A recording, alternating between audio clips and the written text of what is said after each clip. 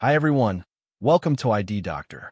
If your screen started flickering, lagging, or crashing after a graphics driver update, this quick fix can help. Problem explanation. Sometimes, the latest graphics driver isn't fully compatible with your system. Rolling back the driver restores the previous, stable version.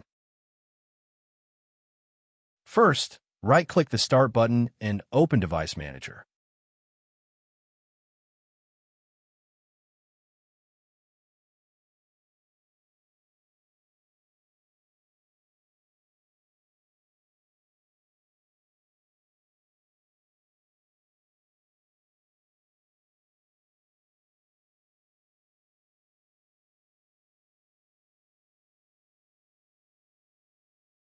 Next, expand Display Adapters.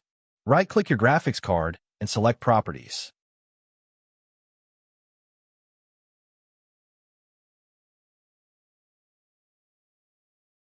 Now, open the Driver tab.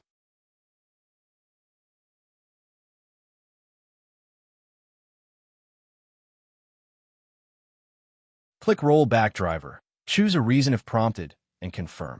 Once the process is complete, restart your computer to apply the changes.